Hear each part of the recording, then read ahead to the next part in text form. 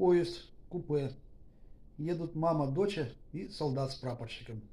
Вдруг в купе гаснет свет. Через мгновение раздается пощечина. Мама подумала: дочь уже взрослая, может постоять за себя. Дочь подумала: мама уже 10 лет без мужа, а не позволяет. Прапорщик: солдат пристает, а мне достается. Солдат: если свет еще раз потухнет, я опять ему врежу.